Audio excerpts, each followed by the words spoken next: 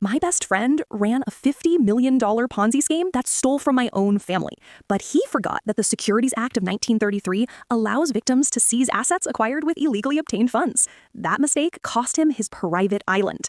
My best friend, Marcus, was the epitome of success. He drove a McLaren, lived in a penthouse, and owned a private island in the Caribbean. He told everyone he made his money in high-yield real estate investments. My family, trusting him, invested $2 million, my parents' retirement savings, and my sister's college fund.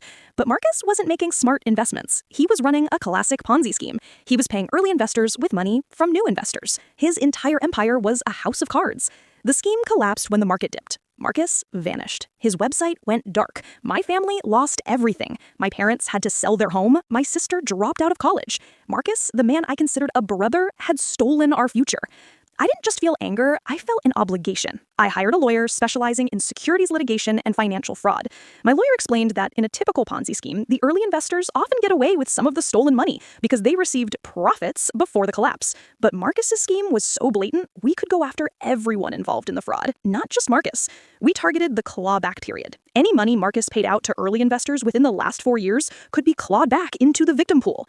My lawyer invoked the Securities Act of 1933 and the Securities Exchange Act of 1934. These federal laws cover fraudulent investment schemes and allow victims to sue for the return of their principal and, critically, to trace and recover assets acquired with illegally obtained funds. We found out that just 6 months before the collapse, Marcus had used $5 million of investor money to buy his private island. Under federal law, assets purchased with stolen funds are considered constructive trusts, meaning they legally belong to the victims, not the fraudster.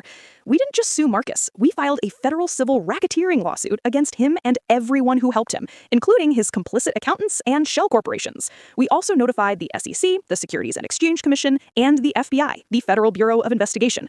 Marcus's lawyers tried to fight, but the evidence was overwhelming. The money trail led directly from our family's bank accounts to his island purchase. The court issued a restraining order on all of Marcus's assets, including his private island, to prevent him from selling them. The final judgment was massive. Marcus was found liable for $75 million in damages and ordered to serve 15 years in federal prison for wire fraud and securities fraud. And the island? The court ordered it to be sold, with the proceeds distributed to the victims. My family recovered their entire $2 million investment. Many other victims got their money back. Marcus lost his freedom, his fortune, and his private paradise. He learned that while a Ponzi scheme can build a dream on paper, federal law can wipe it all away. My best friend stole everything from my family, and I used the law to take his private island. But some people say I went too far by involving the FBI and putting him in federal prison.